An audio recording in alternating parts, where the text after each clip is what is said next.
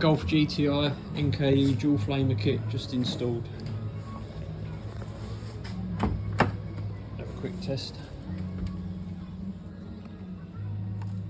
On and off switch, nicely hidden, still easy to get to.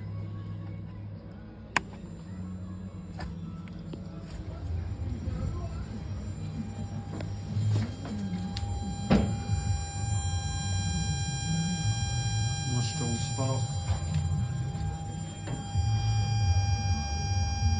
Another nice strong spark. You can just see inside where we make a threaded washer to hold the plug in place. That way there's no need to weld the plug in or anything like that. So it's easy to fit in as well as to remove if you ever need to change the plug.